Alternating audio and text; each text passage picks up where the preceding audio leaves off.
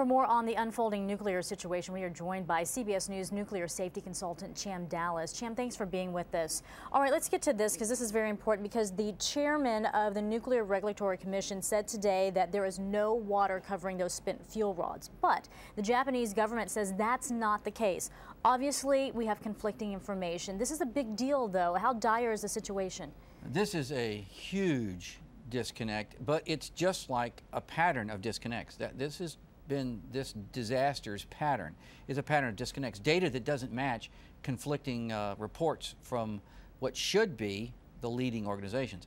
The head of the Nuclear Regulatory Commission is the head person in the United States for radiation safety, and they take what they say very seriously, especially when it's before a congressional committee, and it has a lot of power with me, I'll tell you, and it's a major statement. No water. So if there's no water there, what does it mean? What happens next? No water.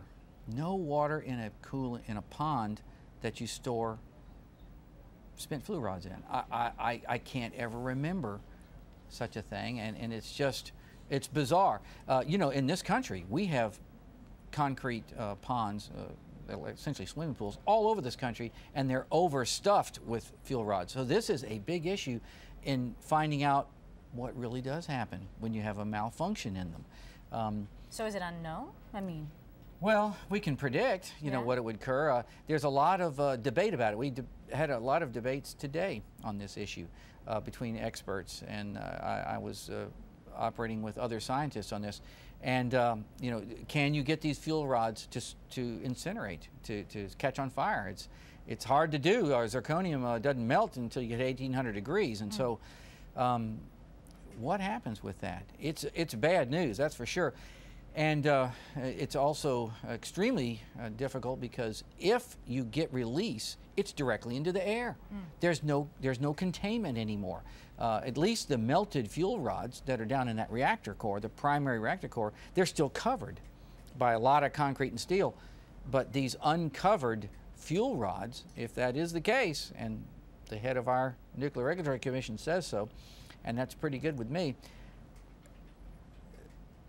I'm just flabbergasted by it. And what is disturbing most of all is that someone in the Japanese government is denying it. Well, that's the thing, because even the director, I'm reading here, of the International Atomic Energy Agency says that he would fly to Japan firsthand to get a look at exactly what's going on, because according to him, the Japanese authorities are downplaying the situation. Now, from what you've been reading and seeing and hearing and studying, is that the case?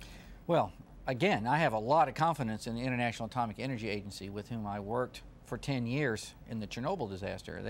They were there, and they really helped to tease out the same kind of issues. This has happened before. At Chernobyl, we had a lot of misconceptions, a lot of conflicting data, and the IAEA worked it out over time, along with a lot of scientists. I hope he does come here. I would be relieved, and so would just about everybody else I know. We'd be relieved if we could get him and his teams and a lot of other foreign experts in here. Why not get a lot of help? There's a lot of people out there that want to help with this, and right now there's so much conflicting information. It's disturbing. But can you send help in? Because according to the head of the Nuclear Regulatory Commission, he says the situation is so dangerous that to send emergency workers would not be a good idea at this time. So does that mean those 50 brave people at the plant right now are the only people that have a shot at you know, saving the situation?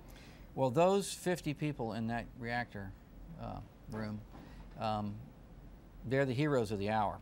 But I always have to say, before I would accept just cutting them loose, I would want to see, I'd like to have these experts come in like they say they want to, and do some evaluations here. Let's have some on-site evaluation of what's really going on there, because I don't want to cut those people in that reactor room loose. But is it safe enough to have on-site evaluation? Because, you know, what we're hearing is it's not at this point. Well, when I was at Chernobyl, I found that you could approach an area from a distance and find out what's going on over there.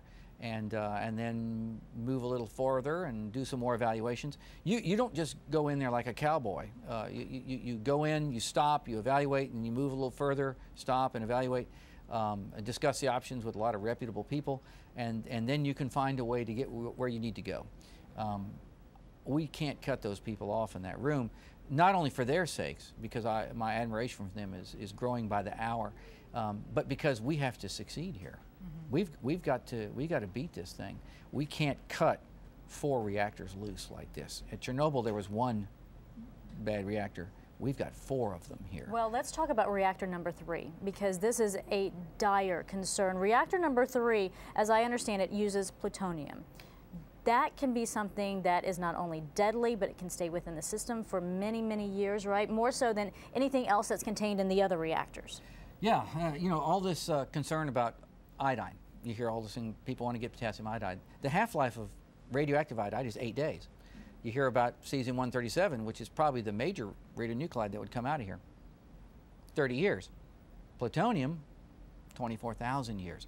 So you're talking about something that just never goes away.